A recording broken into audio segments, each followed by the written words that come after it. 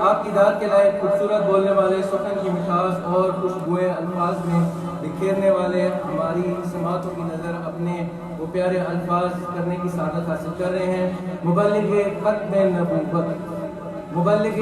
ختم نبوت، مصنف کتب کثیرہ، عالم باعمل، ٹیچر جنہ جامعہ اسکول اورنگزیب اوان صاحب، آپ سے گزارش ہے کہ آپ تشریف لائیں اور اپنے الفاظ سے ہماری سماعتوں کو مزید بلند فرمائیں۔ اورنگزیب اوان صاحب۔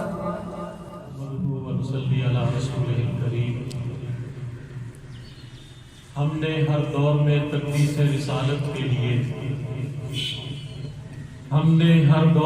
تقدیس رسالت کے لیے وقت کی تیز ہواؤں سے بغاوت کی ہے، توڑ کر سلسلہ رسم سیاست کا فصول، فقط ایک نام محمد سے محبت کی ہے۔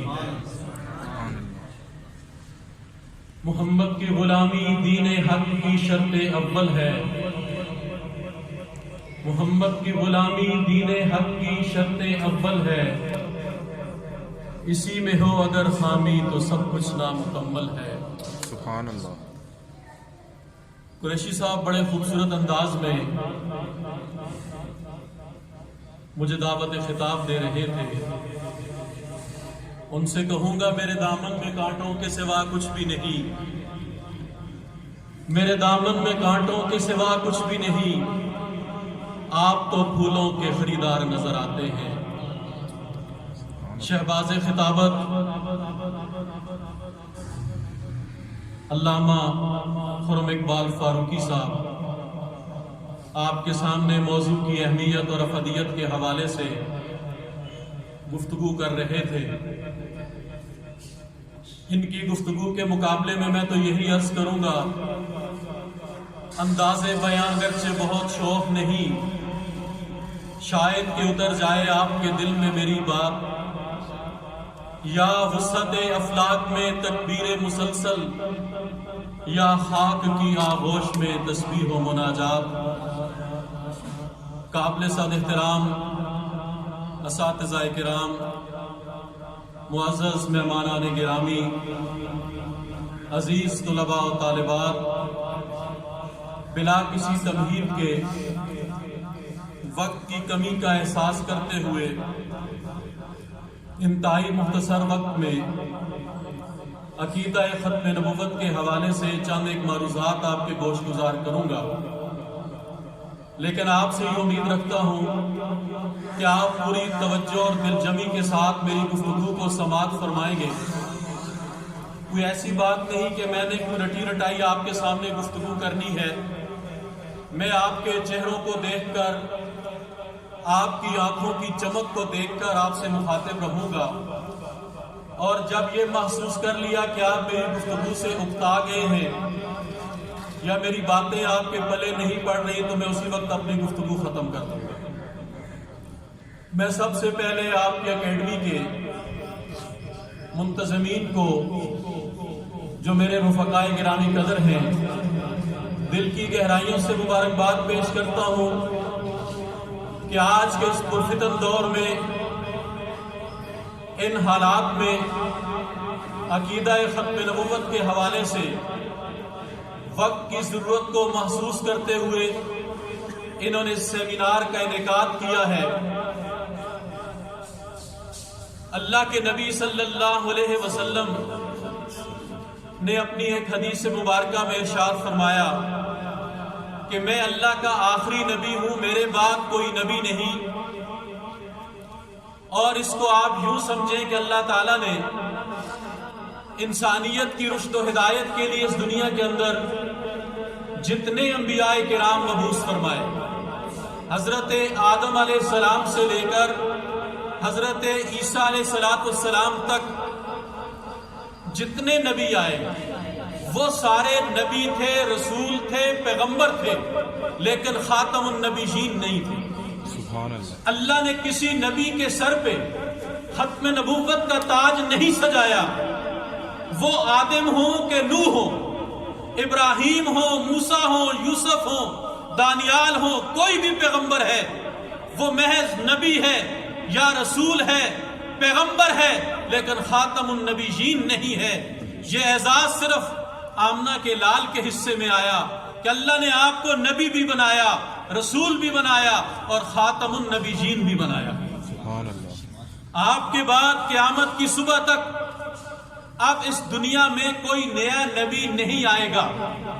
جس طرح آدم علیہ السلام سے پہلے کوئی نبی نہیں تھا، اس طرح آمنہ کے لال کے بعد اب اس دھرتی پہ کسی نئے نبی نے نہیں آنا۔ شریعت کی اصطلاح میں اس کو کہتے ہیں ختم نبوت۔ اس کو کیا کہتے ہیں؟ آپ میرے ساتھ بولیں گے تو بات چلے گی انشاءاللہ۔ شریعت کی اصطلاح میں اس کو کہتے ہیں ختم نبوت۔ اور ختم نبوت کا عقیدہ اتنا اہم اور اتنا بنیادی عقیدہ ہے کہ اللہ تعالیٰ نے اس عقیدے کو سمجھانے کے لیے قرآن مجید کے اندر 110 آیات نازل فرمائی ہے۔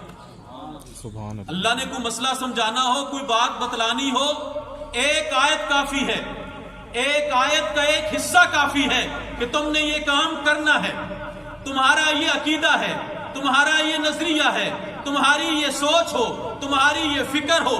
اللہ کا ایک اشارہ کافی ہے، لیکن اللہ تعالیٰ نے قرآن مجید میں 110 آیات بیان فرمائی جن میں عقیدہ ختم نبوت کو بیان فرمایا۔ سبحان اللہ۔ اور اللہ کے نبی صلی اللہ علیہ وسلم نے 210 احادیث میں عقیدہ ختم نبوت کو بیان فرمایا۔ سبحان اللہ۔ آپ کو چھوٹے بچے نہیں ہیں، بڑے طالب علم میں آپ سمجھتے ہیں اس بات کو کہ اللہ کے نبی صلی اللہ علیہ وسلم کسی مسئلے کو سمجھانے کے لیے ایک حدیث بیان فرما دیں تو ایمان والوں کے سر آنکھوں پہ، اس میں کوئی دوسری رائے ہے ہی نہیں۔ اللہ کے نبی نے ایک حدیث میں نہیں 210 احادیث میں عقیدہ ختم نبوت کو بیان فرمایا ہے۔ سبحان اللہ۔ اس سے آپ اندازہ لگائیں کہ اللہ تعالیٰ کے ہاں اور نبی علیہ الصلوۃ والسلام کے ہاں عقیدہ ختم نبوت کی کتنی اہمیت ہے۔ بے شک۔ اس کو ایک اور انداز میں عرض کرتا ہوں۔ آپ دیکھیں کہ نبی علیہ الصلوۃ والسلام کے اعلان نبوت سے لے کے جب آپ نے دعوی نبوت کیا اس وقت سے لے کے آپ کے انتقال تک 23 سالہ دور نبوت میں صحابہ کرام نے پورے دین کے تحفظ کے لیے، پورے دین کی بقا اور سلامتی کے لیے جتنی جنگیں لڑی ہیں، وہ جنگ بدر ہو، جنگ احد ہو، جنگ خندق ہو، جنگ حنین ہو، جنگ تبوک ہو، فتح مکہ ہو، جتنی جنگیں ہیں تمام جنگوں میں شہید ہونے والے صحابہ کرام کی تعداد 259 ہے۔ کتنی ہے؟ 259۔ بڑی پتے کی بات کہنے لگا ہوں، آپ کو بہت لطف آئے گا اس بات پہ۔ پورے دین کے تحفظ کے لیے صحابہ نے 23 سالہ دور نبوت میں جتنی جنگیں لڑی ہیں ان تمام جنگوں میں شہید ہونے والے صحابہ کی تعداد 259 ہے۔ ایک عقیدہ ختم نبوت کے لیے صدیق اکبر رضی اللہ تعالیٰ عنہ کے دور خلافت میں یمامہ کے میدان میں جھوٹے مدعی نبوت مسیلمہ کذاب کے خلاف حضرت خالد ابن ولید کی سربراہی میں، اکرمہ بن ابی جہل کی قیادت میں، شرحبیل بن حسنہ کی رہنمائی میں صحابہ کرام نے جو جنگ لڑی ہے اس ایک جنگ میں شہید ہونے والے صحابہ کی تعداد 1250 سے بھی زیادہ ہے۔ اس سے آپ اندازہ لگائیں کہ صحابہ نے پورے دین کے تحفظ کے لیے، پورے دین کی بقا اور سلامتی کے لیے اتنے جانوں کے نذرانے پیش نہیں کیے جتنے ایک عقیدہ ختم نبوت کی تحفظ کے لیے اپنی جانوں کے نذرانے پیش کیے۔ سبحان اللہ۔ اس کی ایک اور مثال عرض کرتا ہوں۔ ایک شخص کلمہ پڑھتا ہے لا الہ الا اللہ محمد الرسول اللہ، 5 وقت کی نماز جماعت کے ساتھ مسجد میں جا کے امام کے پیچھے پڑھتا ہے، رمضان کے روزے رکھتا ہے، جہاد کرتا ہے، زکوٰۃ دیتا ہے، حج کرتا ہے، قربانی کرتا ہے، نیکی کے جتنے کام ہیں ہر کام میں بڑھ چڑھ کر حصہ لیتا ہے، لیکن آمنہ کے لال کے بعد ان کی نبوت میں کسی اور کو شریک کرتا ہے تو یہ شخص مسلمان نہیں ہے، دائرہ اسلام سے خارج ہے۔ بے شک۔ وہ اگر یہ کہتے ہیں کہ محمد رسول اللہ بھی نبی اور فلاں بھی نبی تو یہ شخص مسلمان نہیں ہے۔ اس کے تمام تر اعمال، اس کی تمام تر عبادات ضائع جائیں گی۔ بے شک کیوں؟ کہ حضور علیہ الصلوۃ والسلام کی نبوت میں اس نے کسی اور کو شریک کیا ہے۔ اس کی نماز، اس کا جہاد، اس کے روزے، اس کا حج، اس کی قربانی، اس کی تبلیغ، اس کے سارے نیک اعمال اس وقت اللہ کی بارگاہ میں قابل قبول ہوں گے جب یہ آمنہ کے لال جناب محمد الرسول اللہ صلی اللہ علیہ وسلم کو اللہ کا آخری نبی مانے گا۔ بے شک اب اس سے آپ کو عقیدہ ختم نبوت کی سمجھ آگے کہ یہ ہے کیا؟ بے شک الحمدللہ۔ یہ دین کا اتنا اساسی اور بنیادی عقیدہ ہے کہ پورے دین کی عمارت اس کے اوپر قائم ہے، اور اس کی مثال میں نے آپ کے سامنے بیان کر دی۔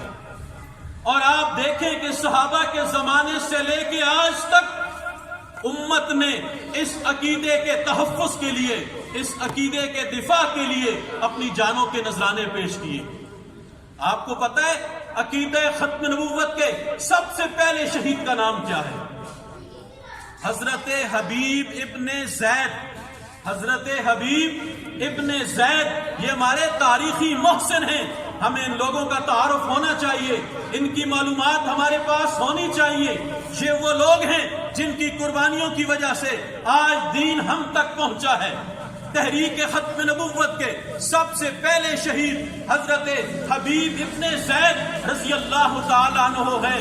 نبی علیہ الصلوۃ والسلام کے زمانے میں مسیلمہ کذاب نے جب جھوٹی نبوت کا دعویٰ کیا، حبیب ابن زید کو اس کے دربار میں پیش کیا گیا۔ مسیلمہ کذاب نے پوچھا تمہارا محمد بن عبداللہ صلی اللہ علیہ وسلم کے متعلق کیا خیال ہے؟ وہ اللہ کے نبی ہیں کہ نہیں؟ حبیب ابن زید نے سینہ تان کے اس کی آنکھوں میں آنکھیں ڈال کے فرمایا میں صدق کے دل سے تیرے دربار میں کھڑے ہو کے اس بات کا اعلان کرتا ہوں کہ محمد بن عبداللہ اللہ کے رسول ہیں اور اللہ کے سچے رسول ہیں۔ بے شک مسلمہ کذاب نے کہا اب میرے متعلق تیرا کیا خیال ہے؟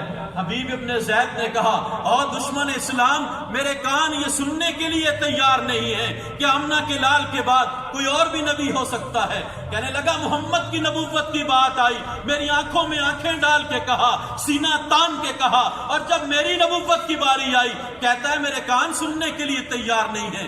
جلاد کو حکم دیا، اس نے تلوار کا وار کیا، حبیب ابن زید کا دایاں بازو کٹ گیا۔ دوبارہ پھر یہی سوال و جواب ہوا۔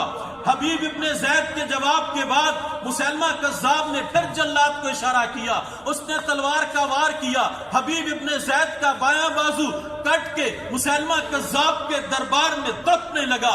حبیب ابن زید سے پھر وہی سوال و جواب ہوئے، ان کی ایک ٹانگ کاٹی گئی، پھر یہی سوال و جواب ہوئے، دوسری ٹانگ کاٹی گئی۔ حبیب ابن زید مسیلمہ کذاب کے دربار میں تڑپ تڑپ کر جان دے دیتے ہیں، لیکن اس کے لیے اپنے کانوں کو بھی تیار نہیں کرتے کہ حضور کے بعد کوئی اور بھی نبی ہو سکتا ہے۔ سبحان اللہ۔ یہ تحریک ختم نبوت کے سب سے پہلے شہید ہیں حضرت حبیب ابن زید رضی اللہ تعالیٰ۔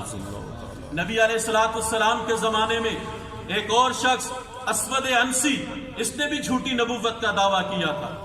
اس کے علاقے میں ایک تابعی تھے، نبی علیہ الصلوۃ والسلام کا زمانہ پایا تھا لیکن آپ کا دیدار نہیں کیا، مسلمان تھے، آپ کا کلمہ پڑھ لیا تھا، اسود عنسی کو نبی نہیں مانتے تھے۔ ان کو پکڑ کے اس کے دربار میں لایا گیا، اس نے بھی ایسی باتیں پوچھی۔ ابو مسلم خولانی کہنے لگے جناب والا آپ جو مرضی کہہ لیں، میں نے محمد الرسول اللہ کا کلمہ پڑھ لیا ہے، اب ان کے بعد کسی اور کو نبی ماننے کے لیے تیار نہیں ہوں۔ اس نے کہا جب مجھے نبی نہیں مانو گے تو تمہیں آگ کا عذاب سہنا پڑے گا، تمہیں دہتے ہوئے انگاروں پہ ڈالوں گا، یہی تیرا انجام ہے۔ انہوں نے کہا جو کر سکتے ہو کر لو، جان دے دوں گا لیکن کملی والے آقا کا ساتھ نہیں چھوڑوں گا۔ سبحان اللہ۔ اسود عنسی نے آگ جلائی، یہ ہماری وہ روشن تاریخ ہے جس کا آج ہمیں پتہ نہیں ہے۔ اسود عنسی نے آگ جلائی اور آگ جلا کے زندہ سلامت ابو مسلم خولانی کو پکڑ کے دیکھتی آنکھوں اس آگ کے اندر ڈال دیا۔ لوگوں کی چیخیں نکل گئی، لیکن میرے اللہ نے کرم کیا۔ ابو مسلم خولانی نے کیسے آپ کو سمجھاؤں، آپ اور میں اسی کمرے میں بیٹھ کر شاید اتنی راحت محسوس نہ کریں جتنی راحت ابو مسلم خولانی اس آگ کے اندر محسوس کر رہے تھے. اس آگ کو اپنے پاؤں تلے روندتے ہوئے زندہ سلامت باہر نکلے. اب جب اسود انسی نے یہ منظر دیکھا اس نے کہا اس کا یہ معجزہ، اس کی یہ کرامت میری نبوت کا خاتمہ کر کے رکھ دے گی، بہتر ہے اس کو یہاں سے نکال دیا جائے. حکم دیا اپنی بیوی کو اپنے بچوں کو ساتھ لو اور ہمارا علاقہ چھوڑ دو. ابو مسلم خولانی نے اپنا سامان باندھا، اپنے گھر والوں کو ساتھ لیا، مدینہ کی راہ لی. کئی مہینوں کا سفر کر کے مدینہ منورہ میں پہنچتے ہیں. ظہر کی نماز ہو چکی ہے، مسجد نبوی خالی ہے. مسجد نبوی کے باہر اونٹنی کو بٹھاتے ہیں، اپنے بچوں کو بٹھاتے ہیں، مسجد میں جا کے وضو کرتے ہیں، ایک ستون کی آڑ میں کھڑے ہو کے نماز پڑھتے ہیں. مسجد میں فاروق اعظم بیٹھے ہوئے ہیں. دیکھتے ہیں کوئی شخص ہے تو مسلمان لیکن اس کو پہلے کبھی دیکھا نہیں، گرد و غبار سے اٹا ہوا ہے، لباس اس کا میلا کچیلا ہے، اس کی حالت بتلاتی ہے کہیں دور سے سفر کر کے آیا ہے. فاروق اعظم دیکھتے رہے. ابو مسلم خولانی نماز سے فارغ ہوئے، وہ بیٹھے ہوئے ہیں. فاروق اعظم اٹھ کے پاس آئے، کھڑے ہو کے پوچھتے ہیں آپ مسلمان ہیں؟ کہتا الحمدللہ مسلمان ہیں. کہاں سے آئے؟ یمن سے آئے. اچھا وہ یمن جہاں اسود انسی رہتا ہے؟ جی ہاں وہیں سے آیا ہوں. سنا ہے اس نے ہمارے ایک مسلمان بھائی کو آگ کے اندر ڈال دیا تھا. جی ہاں ایسے ہی ہوا. سنا ہے اللہ نے فضل فرمایا اور اس کی جلائی ہوئی آگ ہمارے اس مسلمان بھائی کا ایک بال بھی نہ جلا سکی. جی ہاں آپ نے صحیح سنا.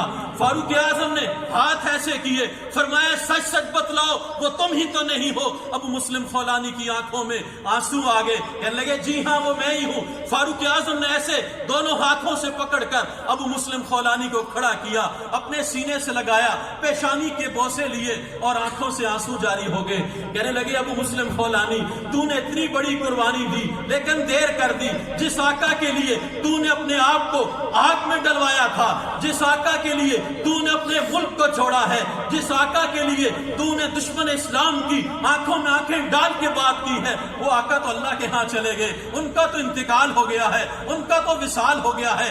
آج تجھے ان کے خلیفہ صدیق اکبر سے جا کے ملاتا ہوں. لے کے گئے صدیق اکبر کے دروازے پہ اور صدیق اکبر سے ملایا اور کہنے لگے یا امیر المومنین، یہ وہ شخص ہے جس کے ساتھ اللہ نے وہ معاملہ کیا ہے جو معاملہ آج سے ہزاروں سال پہلے اللہ نے اپنے خلیل ابراہیم کے ساتھ کیا. سبحان اللہ. اللہ نے جیسے ابراہیم خلیل اللہ پہ نمرود کی جلائی ہوئی آگ کو ٹھنڈا کر دیا تھا، اللہ نے ویسا ہی معاملہ ہمارے اس مسلمان بھائی کے ساتھ بھی کیا کہ اسود انسی کی جلائی ہوئی آگ کو اس پہ ٹھنڈا کر دیا.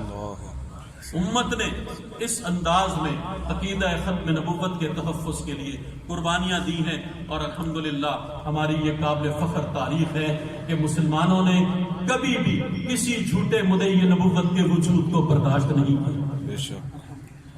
جب بھی کسی شخص نے جھوٹی نبوت کا دعویٰ کیا تو شور مسلمانوں کی تلواریں اس کی طرف لپکی اور اس کو جہنم واصل کر. الحمدللہ مسلمان لاکھ گناہگار ہو سکتا ہے، ہر عیب اس کی ذات کے اندر موجود ہو سکتا ہے، لیکن اپنے نبی کے ساتھ جو اس کی والہانہ محبت ہے اس پہ مسلمانوں نے کبھی کوئی کمپرومائز نہیں کیا. معاف کیجئے گا، اس کے لیے کوئی بڑا حاجی نمازی ہونے کی ضرورت ضروری نہیں کہ ٹوپی ہو، پگڑی ہو، داڑھی ہو تو وہی عاشق رسول ہوگا. ہمارے اس پاکستان میں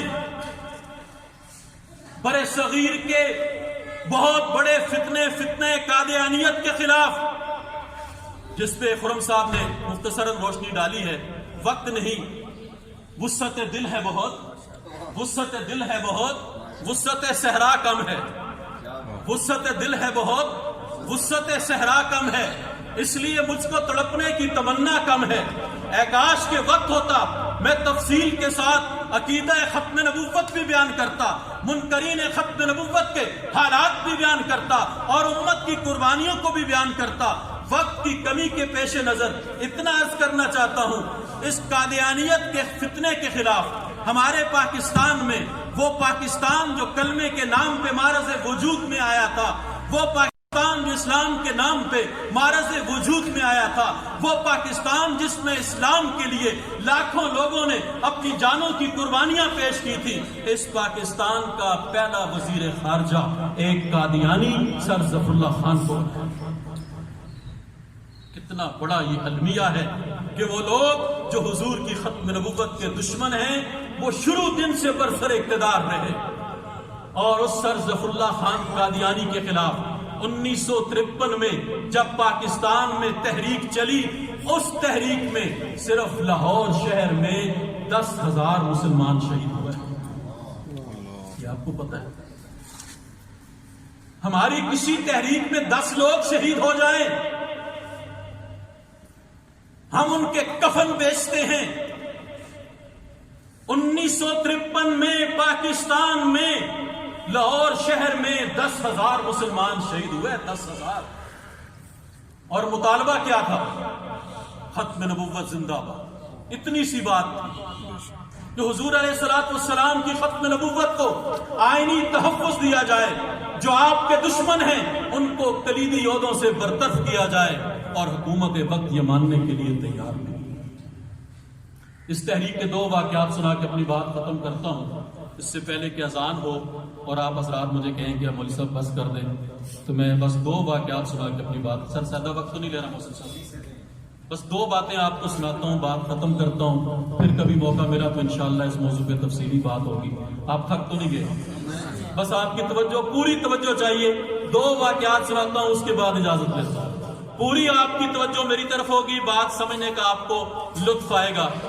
اس تحریک میں پابندی تھی یہ کہ کوئی مسلمان ختم نبوت زندہ باد کا نعرہ نہیں لگا سکتا۔ آپ ذرا نعرہ لگائیں، تاج و تخت ختم نبوت زندہ باد۔ سے نہیں۔ میں آپ کو ایک بات بتاؤں، یہ بہت کسی کو نہیں پتا ہوگا۔ یہ جگہ جہاں ہم آج کھڑے ہیں، آپ کو پتا ہے یہ جگہ ایک قادیانی نے بنائی تھی؟ پتا ہے کسی کو؟ یہ جگہ ایک قادیانی کی بنائی ہوئی جگہ ہے۔ یہاں پہ ایک قادیانی کا پرائیویٹ ہاسپٹل تھا، ڈاکٹر اسلم جہانگیری، اس کا کلینک نور سرجیکل سے پہلے یہاں پہ ہوتا تھا۔ اور آج میرے اللہ کی قدرت دیکھو کہ آج اسی کی بنائی ہوئی بلڈنگ میں ختم نبوت زندہ باد کے نعرے لگ رہے ہیں، چیندر و دیوار گواہ ہیں، یہاں کی گواہ ہیں۔ یہ اینٹیں لگائی تھی ایک قادیانی نے، لیکن آج محمد رسول اللہ کے غلام یہاں ختم نبوت کا نعرہ بلند کرتے ہیں۔ میرے ہم آواز ہو کر جواب دیں، تاج و تخت ختم نبوت زندہ باد، نعرہ تکبیر، اللہ اکبر، تاج و تخت ختم نبوت زندہ باد۔ یقین مانے ہمارے یہ جذبات ہماری نجات کا ذریعہ بنے انشاءاللہ۔ اور میں پورے ایمان اور یقین کے ساتھ کہتا ہوں، آپ یہاں پہ اپنے جذبات کا اظہار کر رہے ہیں، رسول اللہ کے ہاں گنبد خضرا میں ہماری حاضری لگ رہی ہے۔ سبحان اللہ۔ وہ گھر جو ایک قادیانی نے بنایا، آج اس گھر میں ختم نبوت کے دیوانے ختم نبوت کی بات کر رہے ہیں۔ اس کو کہتے ہیں جال حق و زحقل ان الباطل کان زہوقا۔ پابندی ہے، نعرہ نہیں لگا سکتے۔ میں نے کل بھی یہ بات آپ کو سنائی تھی۔ ایک بوڑھی عورت، بیوہ عورت، اپنے اکلوتے بیٹے کی بارات لے کے جا رہی تھی۔ تحریک کا مرکز تھا لاہور کا دلی دروازہ۔ وہاں سے گزری، گولیوں کی آواز سنی، بارات رک گئی۔ لوگوں سے پوچھا کیا معاملہ ہے، لوگوں نے صورتحال بتائی۔ بیٹے کے پاس گئی، جا کر کہنے لگی، اے میرے لختے جگر نور نظر، میں نے تو تجھے آج کے دن کے لیے جنا تھا، جا کے آقا کے نام پہ قربان ہو جا، میں تیری شادی اس دنیا میں نہیں جنت میں کروں۔ سبحان اللہ۔ اور وہ بیٹا بھی ماں کا بڑا فرما بردار بیٹا تھا، اس پہ بات نہیں کرتا کہ بات آگے نکل جائے گی۔ اس نے فوراً ہار اتارے، دلی دروازے کی جانب بڑھا، ختم نبوت زندہ باد کے نعرے لگائے، گولیاں لگیں، سینہ چھلنی ہوا، شہید ہو گیا۔ اس کی لاش کو اٹھا کے اس کی والدہ کے سامنے لایا گیا۔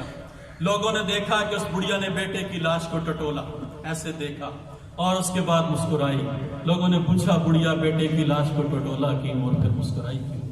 تو کہنے لگی بیٹے کی لاش کو ٹٹولا اس لیے کہ دیکھنا چاہتی تھی میرا بیٹا بہادروں کی موت مرا ہے یا بزدلوں کی موت، اور جب میں نے دیکھا کہ میرے بیٹے نے کوئی گولی اپنی پیٹھ پہ نہیں کھائی، ساری گولیاں اپنے سینے پہ کھائی ہیں۔ بزدلوں کی موت نہیں مرا، بہادروں کی موت مرا ہے۔ تو مسکرائی اس لیے کہ میرے نامہ اعمال میں کوئی نیکی نہیں۔ کل جب اللہ کے دربار میں پیش ہوں گی، اللہ کہیں گے بڑھیا کیا لے کے آئی؟ کہوں گی یا اللہ میرے نامہ اعمال میں نیکی تو کوئی نہیں، میرے بڑھاپے کا سہارا، میرے سہاگ کی نشانی، میرا اکلوتا بیٹا بڑی آرزوؤں اور تمناؤں کے ساتھ اس کی بارات لے کے جا رہی تھی۔ یا اللہ تیرے نبی کی عزت کی، ختم نبوت کے تحفظ کی آواز لگی، میں نے اپنے اس اکلوتے بیٹے کو تیرے نبی کے نام پہ قربان کر دیا۔ سبحان اللہ۔ تو امید ہے اللہ میرے اس بیٹے کی اس قربانی کی وجہ سے میری بھی نجات فرمائے۔ سبحان اللہ، ماشاء اللہ۔ یہ امت کے جذبات ہیں اور یہ وہ ہماری روشن تاریخ ہے جو ہمیں نہیں بتلائی گئی۔ اسی تحریک میں ایک کالج کا اسٹوڈنٹ دلی دروازے کے پاس سے گزر رہا تھا، کتابیں اٹھائی ہوئی، دلی دروازے کے پاس گزرا، صورتحال پتہ چلی، کتابیں ایک دکان والے کے پاس چھوڑی، دلی دروازے کی جانب بڑھا۔ دکان والا کہنے لگا کدھر جا رہے ہو؟ کہنے لگا آج تک جو پڑھا ہے چچا اس پہ عمل کرنے کے لیے جا رہا ہوں۔ وہاں گیا، دیوانہ وار ختم نبوت زندہ باد کے نعرے لگائے، ایک گولی اس کی ٹانگ میں لگی، گر پڑا۔ ایک فوج والا اس کے پاس سے گزر رہا۔ آپ کو پتا ہے پاکستان میں جو پہلا مارشل لا لگا ہے وہ اس 1953 کی تحریک کے موقع پہ لگا ہے۔ جنرل اعظم پہلا مارشل لا ڈکٹیٹر تھا جس نے پاکستان میں پہلا مارشل لا لگایا اور اس تحریک کو کچلنے کے لیے لگایا۔ یہ ہماری بھیانک تاریخ بھی ہے۔ فوج والا گزر رہا تھا، اس بچے نے اسے پکڑ کے کھینچا اور کہنے لگا ظالم گولی مارنی تھی تو میرے دل پہ مارتے، عشق مصطفیٰ تو میرے دل کے اندر ہے، میں پھر ختم نبوت کے نعرے لگاتا ہوں اور تمہیں یہ دعوت دیتا ہوں کہ گولی چلا اور میرے سینے کو چھلنی کر۔ یہ لڑکا بھی اس سے باتیں کر رہا تھا، دیوانہ وار ختم نبوت زندہ باد کے نعرے لگائے، ادھر سے ایک اور سنسناتی ہوئی گولی آئی، اس نوجوان کے سینے پہ لگی اور یہ شہید۔ یہ ہے ہماری تاریخ، اور پھر امت کی 100 سال کی جد و جہد ہے اس فتنہ قادیانیت کے خلاف۔ مرزا غلام احمد قادیانی نے جو دعوے کیے، سب سے آخری دعویٰ اس نے جا کر پھر کیا 1901 میں نبوت کا، اور اس وقت سے لے کے آج تک امت نے اس فتنے کے خلاف کام کیا ہے۔ 7 ستمبر 1974 کو پاکستان کی قومی اسمبلی نے قادیانیوں کو غیر مسلم اقلیت قرار دی۔ ان حالات میں میری یہ دعا ہے کہ اللہ تعالیٰ ہم سب کو نبی علیہ السلام کی ختم نبوت کے تحفظ کے لیے کام کرنے کی توفیق نصیب فرمائے۔ وآخر دعوانا الحمدللہ۔ جزاک اللہ۔